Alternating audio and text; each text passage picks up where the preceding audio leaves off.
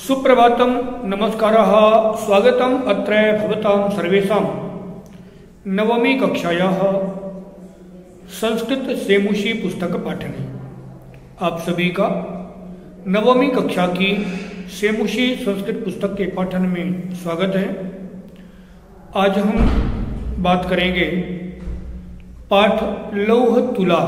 इस पाठ को लेकर लौह तुला यह पाठ पंचतंत्र जो विष्णु शर्मा के द्वारा लिखा हुआ ग्रंथ है। विष्णु शर्मा आचार्य के द्वारा लिखे हुए इस ग्रंथ में हम जानते हैं 5 तंत्र हैं। मैंने पहले आपको इस बारे में बताया है। उन 5 तंत्रों में से मित्र भेद नाम का एक तंत्र है। उस मित्र भेद नाम के तंत्र से इस कहानी को थोड़ा संक्षिप्त करके लिया गया है और इसमें थोड़ा सा संशोधन भी किया गया है। कुछ सरल रूप में आपको प्रस्तुत किया गया है। इस पाठ की जो कहानी है वह किसी सेठ की है जो पहले कभी संपन्न रहा है, लेकिन किसी कारणवश उसकी संपत्ति का नाश हो गया और जिस जगह पर हम संपन्नता के साथ जीवन जी रहे हों, यदि उसी स्थान पर विपन्नता के साथ हमें जीवन जीना पड़े तो यह बहुत ही लज्जास्पद होता है। और इसलिए यदि कभी ऐसी आवश्यकता पड़े तो हमें उस स्थान को छोड़ देना चाहिए और कहीं और अन्यत्र स्थान पर शरण लेनी चाहिए।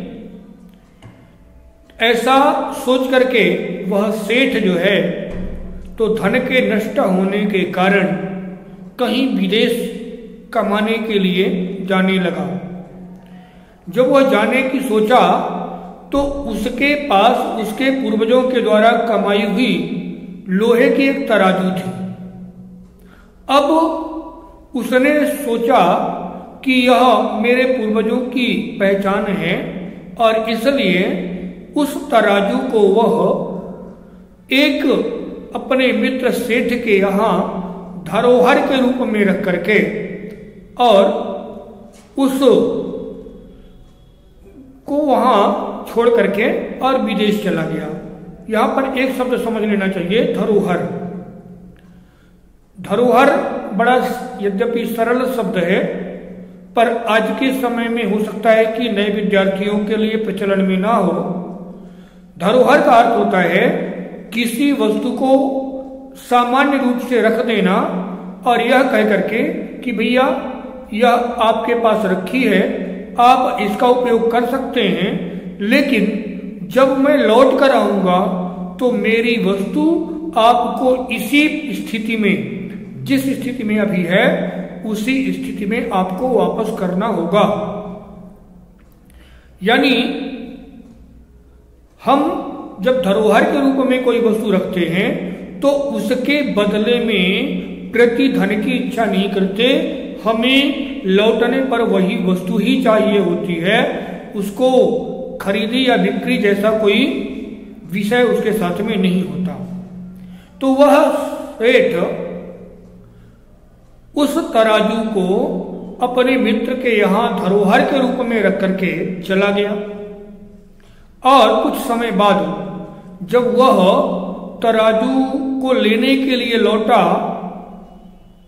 तो जिस सेठ के यहां वह तराजू रखी थी उसने यह कह दिया कि तुम्हारी जो लोहे की तराजू थी वह अब नहीं रही क्योंकि उसको चूहे खा गए। अब लोहे की तराजू चूहे खा गए, यह बात जीर्ण धन को हजम नहीं हुई और इसलिए उसने योजना बनाई अपनी तराजू को पाने के लिए। तो उसने क्या किया, अपनी योजना के अनुसार उस सेठ से कहा कि देखो संसार में कुछ भी है वह नित्य नहीं है, यानी जो पैदा होता है वो मरता है और जो बनता है वह बिगड़ता भी है। हो सकता है तराजू को चूहे खा गए होंगे, खैर कोई बात नहीं। अब मैं नदी जा रहा हूं स्नान के लिए और इसलिए आप अपने बेटे को मेरे साथ नदी भेज दो। और वह उसके लड़के को नदी ले जा करके एक गुफा में छिपा देता है और लौट करके वापस आता है। जब लौट करके वह वापस आता है तो सेठ ने देखा कि मेरा पुत्र गायब है और वह उससे अपने पुत्र को मांगता है। तो जीर्णधन का उत्तर है कि तुम्हारे पुत्र को बाज उठा ले गया। और उस सेठ ने कहा तुम झूठ बोल रहे हो, मेरा पुत्र दो, अन्यथा मैं राजकुल में जाऊंगा। और इस तरह से दोनों विवाद करते हुए न्यायालय पहुंच गए और फिर बाद में न्यायालय से उनके इस झगड़े का निपटारा हुआ। क्या निपटारा हुआ, झगड़ा कैसे आगे बढ़ा, इस विषय को समझने के लिए हम लोग चलते हैं स्क्रीन में और पाठ को अच्छे तरीके से समझने का प्रयास करते हैं। तो चलते हैं स्क्रीन में बिना समय गंवाए। पाठः लौह तुला कहता है, अयम पाठः विष्णु शर्मा विरचितम पंचतंत्रम इति कथा ग्रंथस्य मित्रभेद नामक तंत्रस्य संपादितः अंशः अस्ति। अस्यां कथायां एकः जीर्णधन नामकः वणिज् विदेशात् व्यापारं कृत्वा प्रत्यावर्त्य संरक्षित न्यासरूपेण प्रदत्तां तुलां धनिकात् याचते। परंच सः धनिकः वदति यत् तस्य तुला तु मूषकैः भक्षिता। ततः सः वणिक् धनिकस्य पुत्रं स्नानार्थं नदीं प्रति नयति। तं तत्र नीत्वा च सः एकस्यां गुहायां निलीयते। प्रत्यावर्तिते सति पुत्रम् अदृष्ट्वा धनिकः पृच्छति मम शिशुः कुत्रस्ति। सः वदति यत् तव शिशुः शेनेन अपहृतः। तदा उभौ विवदवन्तौ न्यायालयं प्रति गतौ। तत्र न्यायाधिकारिणः न्यायं कृतवन्तः। अर्थात यह पाठ विष्णु शर्मा द्वारा विरचित पंचतंत्र इस कथा ग्रंथ का भाग है, जैसा कि मैंने पहले ही बताया। और पाठ की पूर्व कथा अपने को पहले से पता है और इसलिए सीधे पाठ के अंदर प्रवेश करते हैं। कहता है, आसीत् कस्मिंश्चित् अधिष्ठाने जीर्णधनो नाम वणिक्पुत्रः। कस्मिंश्चित् अधिष्ठाने, किसी अधिष्ठान यानी स्थान में, जीर्णधन नाम का वणिक्पुत्रः आसीत्, बनिए का पुत्र रहा करता था। सच विभवक्षयात् देशांतरं गन्तुमिच्छन् व्यचिन्तयत्। सच और वह विभवक्षयात्, विभव यानी संपत्ति, वैभव इसी से ही बना है। तो वह संपत्ति के क्षय होने के कारण, क्षय यानी नाश, संपत्ति का नाश हो जाने के कारण देशांतरम गंतुमिच्छन्, विदेश जाने के बारे में सोच रहा था। व्यचिंतयत, सोचने लगा, सोचता है। क्या सोचता है? कहता है, यत्र देशेऽथवा स्थाने भोगा भुक्ता स्ववीर्यतः तस्मिन् विभवहीनो यो वसेत स पुरुषाधमः। यत्र देशे अथवा स्थाने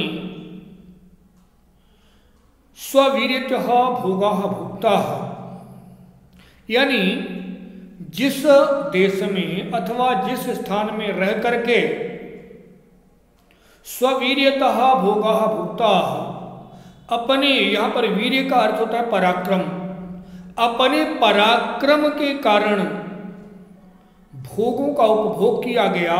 यानी जिस स्थान में रह करके हमने अपनी पराक्रम से अपना सम्मान कमाया हो, भोग भोगे हों, सुखी जीवन व्यतीत किया हो, ऐसे स्थान में तस्मिन उसी स्थान में विभवहीनो यो वसेत, विभवहीन जो होकर के रहता है, यानी वही व्यक्ति जो अपने पराक्रम से कभी संपत्तिवान था और किसी कारणवश वह अचानक निर्धन हो जाए, तो यदि वह उसी स्थान पर रह करके और विभवहीन यानी निर्धन जीवन जीता है, तो वह सपुरुषाधमः, वह मनुष्यों में नीच माना जाता है।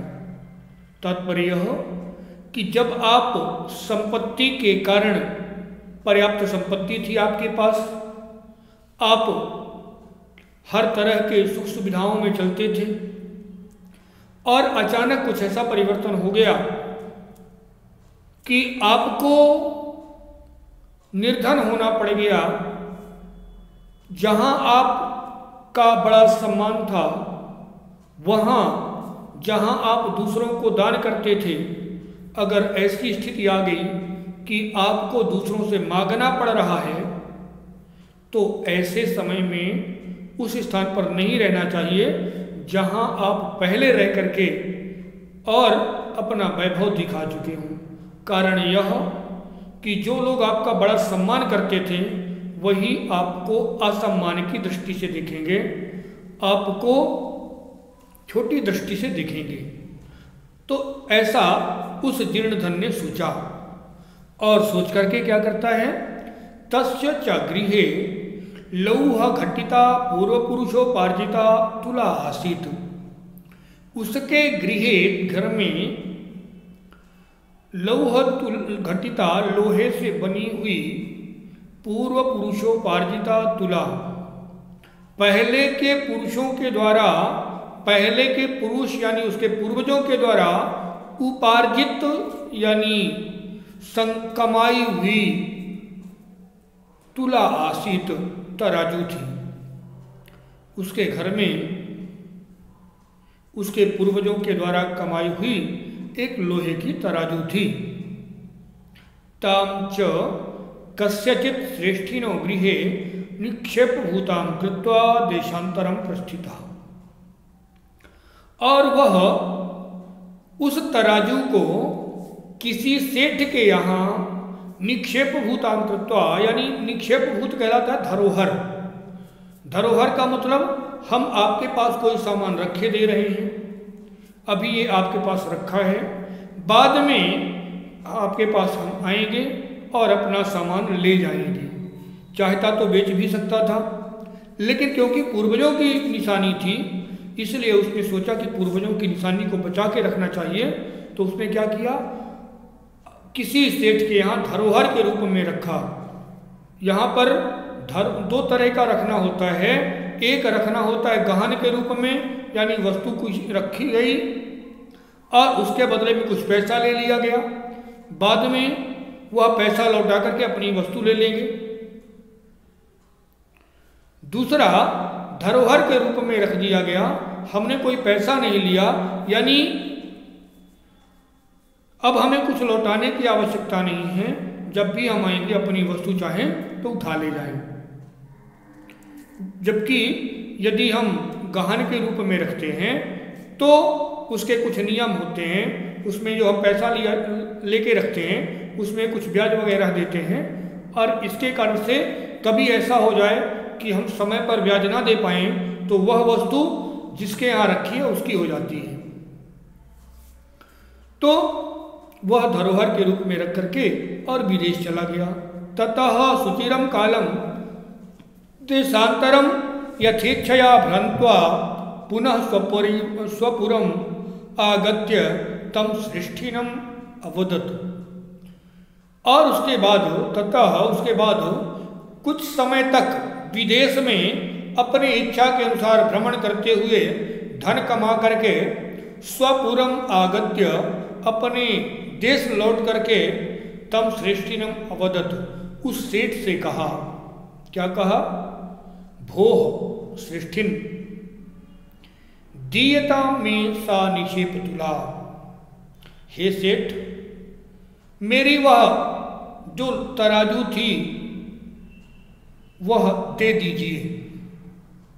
सो बदत, उसने कहा। किसने? उस सेठ ने। भोः नास्ति सा त्वदीया तुला मूषकैः भक्षिता इति। तो उसने कहा, भोः, अरे, नास्ति सा त्वदीया तुला, वह तुम्हारी तराजू अब नहीं है। क्यों? कहते मूषकैः भक्षिता, उसको तो चूहों ने खा लिया। जीर्णधन अबदत, जीर्णधन ने कहा, भोः श्रेष्ठिन, नास्ति दोषस्ते यदि मूषकैः भक्षिता। हे सेठ, यदि तराजू को चूहों ने खा लिया है तो इसमें तुम्हारा कोई दोष नहीं है। क्यों नहीं है तुम्हारा दोष? कहता, ईदृशा एव अयम संसारः, यह संसार ऐसा ही है। न किंचिदत्र शाश्वतम अस्ति, यहाँ कोई भी वस्तु शाश्वतम अस्ति। शाश्वत का मतलब होता है लंबे समय तक चलने वाली, अनंत समय तक चलने वाली। या यूं कहिए कि कोई भी वस्तु यहाँ पर अमर नहीं है। जो बना है वो बिगड़ेगा, जो पैदा हुआ है वो मरेगा। तो परमहम, लेकिन अहम, मैं, नद्याम स्नानार्थम गमिष्यामि, नदी स्नानार्थम गमिष्यामि, नदी नहाने के लिए जाऊंगा। तत्त्वम आत्मीयम एनम शिशुम धनदेव नामानम मया सह स्नानोपकरण हस्तम प्रेषय इति। तत्त्वम, इसलिए तुम, आत्मीयम एनम शिशुम, अपने इस पुत्र को, किसको? धनदेव नामानम, जिसका नाम धनदेव है, उसको मया सह, मेरे साथ, स्नानोपकरणम हस्तम प्रेषय, यानी नहाने की सामग्री उसके हाथ में दे करके प्रेषय, भेज दो। सश्रेष्ठी स्वपुत्रम अवदत, उस सेठ ने अपने पुत्र से कहा, वत्स, पुत्र, पितृभ्यो अयम तव, अयम तव पितृभ्यः, यह तुम्हारा पुत्र है। स्नानार्थम यास्यति, यह नहाने के लिए जाएगा। तद, इसलिए, अनेन साकम गच्छु, इसलिए इसके साथ जाओ। इति, ऐसा उसने कहा। तो अथासौ श्रेष्ठीपुत्रः धनदेवः स्नानोपकरणमादाय प्रहृष्टमनः तेन अभ्यागतेन सह प्रस्थितः। और इस प्रकार से श्रेष्ठी पुत्र, सेठ का पुत्र धनदेव, स्नानोपकरणमादाय, नहाने का सामान लेकर के, नहाने का सामान इत्युक्ते साबुन, कपड़ा इत्यादि लेकर के, प्रहृष्ट मन, प्रसन्न मन से उस अतिथि के साथ प्रस्थितः, चला गया। तथा अनुष्ठिते सवणिक स्नात्वा तम शिशुम गिरिगुहायां प्रक्षिप्य तद्वारम बृहत् शिलया आच्छाद्य सत्वरम गृहमागतः।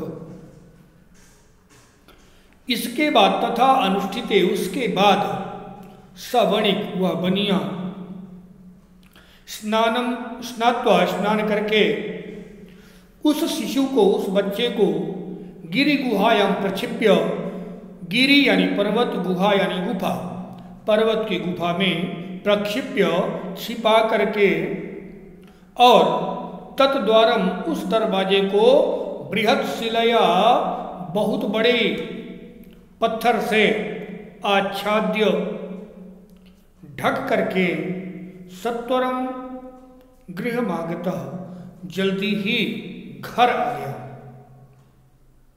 और स श्रेष्ठी पृष्ठवान, सह श्रेष्ठी पृष्ठवान, जब वह घर आया तो क्या हुआ? श्रेष्ठी पृष्ठवान, सेठ ने पूछा, भो अभ्यागत, हे अतिथि, कथ्यताम कुत्र में शिशु यह त्वया सह नदीं गतः इति। हे से अभ्यागत, हे अतिथि, बताइए, कथ्यताम, कहिए, कुत्र में शिशु, मेरा वह पुत्र कहाँ है? कौन सा? यह जो त्वया सह नदीं गतः, जो तुम्हारे साथ नदी गया था। बताओ कि मेरा पुत्र कहाँ है जो तुम्हारे साथ नदी गया था? सह अवदत, उसने कहा। उसने कहा यानी किसने कहा? तो जीर्णधन ने कहा। क्या कहा? तव पुत्रः नदी तटात् श्येनेन हृतः इति। तव पुत्रः, तुम्हारे पुत्र को, तुम्हारा पुत्र, नदी तटात्, नदी के किनारे से, श्येन का अर्थ होता है बाज, और तृतीया विभक्ति लगी हुई है, श्येनेन हृतः, तब प्रत्यय लगा है, तो श्येनेन हृतः यानी बाज के द्वारा ले जाया गया है, यानी तुम्हारे पुत्र को तो बाज उठा ले गया। श्रेष्ठी अवदत, सेठ ने कहा, मिथ्यावादिन, झूठ न बोलने वाले, मिथ्यावादिन, झूठे, किम क्वचित सेनो बालम हर्तुम शक्नोति, क्या कोई बाज किसी लड़के को ले जा सकता है? तत् समर्पय मे सुतम अन्यथा राजकुले निवेदयिष्यामि, इसलिए मेरे पुत्र को लौटा दो, नहीं तो राजा के पास जाऊंगा, राजकुल में निवेदन करूंगा। इति, ऐसा उसने कहा। सो अकथयत, जीर्णधन ने फिर से कहा, भो सत्यवादिन, हे सत्य बोलने वाले। यहां पर मिथ्यावादिन उसने कहा था, झूठ बोलने वाले, तो उस पर व्यंग करते हुए जीर्णधर कहता है, भो सत्यवादिन, हे सत्य बोलने वाले, यथा शेनो बालम ननयति, जैसे बाज किसी लड़के को नहीं ले जाता, तथा वैसे ही मूषका अपि लौ घटिताम तुलाम न भक्षयन्ति, तो जैसे कोई बाज किसी लड़के को नहीं ले जा सकता, वैसे लोहे की तराजू को चूहे भी नहीं खा सकते। इसलिए तदर्पय में तुलाम यदि दारकाण प्रयोजनम, इसलिए अर्पय में तुलाम, मेरी तराजू दे दो, यदि दारकेण प्रयोजनम, यदि पुत्र से प्रयोजन है तो, प्रयोजन का मतलब चाहिए, यदि पुत्र चाहिए तो एवं विबदमानौ तौ द्वावपि राजकुलम गतौ, और इस प्रकार से आपस में विवाद करते हुए वे दोनों राजकुल चले गए, यानी राज दरबार में पहुंच गए। तत्र श्रेष्ठी तारस्वरेण अवदत, तत्र वहां श्रेष्ठी सेठ तारस्वरेण अवदत, तारस्वर, तार का मतलब होता है तेजी से, जोर से, चिल्ला करके, अवदत कहने लगा। क्या कहने लगा? भो वंचितो हम, वंचितो हम, अरे वंचितः अहम, वंचित का मतलब होता है ठगा हुआ, जिसको ठगा गया हो, जिसको बेवकूफ बनाया गया हो, ऐसा व्यक्ति वंचित कहलाता है। तो वंचितो अहम, मैं वंचित हूं, मैं ठगा गया हूं। अब्रह्मण्यम, अब्रह्मण्यम, यह अब्रह्मण्यम, यह उचित नहीं हुआ। ब्राह्मण्य, ब्राह्मण का अर्थ होता है पवित्र, और अब्राह्मण अपवित्र, यह जो है अपवित्र कार्य हुआ है। क्या अपवित्र कार्य हुआ? अनेन चौरेण मम शिशु अपहृता, इस चोर ने मेरे पुत्र का अपहरण किया है। तो अब अथ धर्माधिकारिणः तम अवदत्, इसके बाद धर्माधिकारी उससे कहने लगे, क्या कहने लगे? भोः, अरे समर्प्यताम श्रेष्ठीसुतः, सेठ का पुत्र लौटा दो। सो अवदत्, उसने कहा। किसने कहा? जीर्णधन ने कहा। किम करोमि, क्या करूं? पश्यतो में नदी तटात् शेनेन शिशु अपहृतः, मेरे देखते ही देखते नदी के किनारे से बाज लड़के को उठा ले गया। तच्छ्रुत्वा ते अबदन, ऐसा सुन करके उन्होंने कहा। किन्होंने कहा? तो उस धर्माधिकारी ने कहा। क्या कहा धर्माधिकारी ने? भोः भवता सत्यम न अभिहितम, अरे भवता सत्यम न अभिहितम, तुम सत्य नहीं कह रहे हो। किम शेनः शिशुम हर्तुम समर्थो भवति, क्या कोई बाज लड़के को ले जा सकता है? सो अवदत्, उसने कहा। किसने? जीर्णधन ने कहा। भो भो श्रूयतां मद वचः, मेरी बात तो सुनिए। उसने धर्माधिकारी से कहा, अरे मेरी बात तो सुनिए। क्या सुने? कहता है, तुलाम लौह सहस्रस्य यत्र खादन्ति मूषकाः राजन् तत्र हरेत् सेनो बालकं नात्र संशयः। तुलाम लौह सहस्रस्य, यानी लोहे से बनी हुई तराजू को यदि मूषकाः खादन्ति, जहाँ चूहे खा सकते हैं, यानी जहाँ के चूहे लोहे की बनी तराजू को खा सकते हैं, राजन तत्र हरेत सेनः, यदि उस जगह पर कोई बाज किसी बालक को ले गया हो, बालकम नात्र संशय, इसमें कोई संदेह नहीं है। जहाँ के चूहे इतने सामर्थ्यवान हो कि लोहे की तराजू खा जाएं, वहाँ के बाज में इतना सामर्थ्य क्यों नहीं हो सकता कि वो लड़के को ले जाए? ते अपृच्छन्, अब जब उसने ऐसा कहा तो धर्माधिकारी के मन में कुछ प्रश्न उठा और कहते हैं, ते अपृच्छन्, उन्होंने कहा, कथमेतत्, ये कैसे हुआ? ततः सश्रेष्ठी सभ्यानामग्रे आदितः सर्वं वृत्तान्तं न्यवेदयत्, और इसके बाद उस सेठ ने शुरू से लेकर के और अंत तक सर्वम वृत्तांतम, पूरी कहानी न्यवेदयत, पूरी कहानी का निवेदन किया, पूरी कहानी बताई। और उसके बाद ततः न्यायाधिकारिणः विहस्य तौ द्वावपि संबोध्य तिलासुसु प्रदानेन तोषितवन्तः।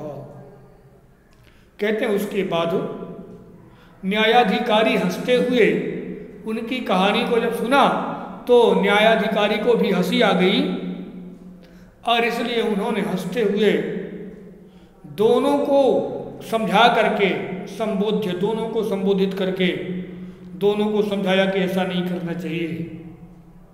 और इसके बाद जो है तो दोनों को उनकी उनको तराजू और उसका पुत्र दिलवा करके तोषितवन्तः, संतुष्ट कर दिया। यहाँ से पाठ समाप्त होता है। अगली कक्षा में हम अगले पाठ को देखेंगे। तब तक के लिए वदतु संस्कृतम जयतु भारतम। संस्कृत पढ़ते रहिए और हंसते रहिए, बोलते रहिए। धन्यवाद।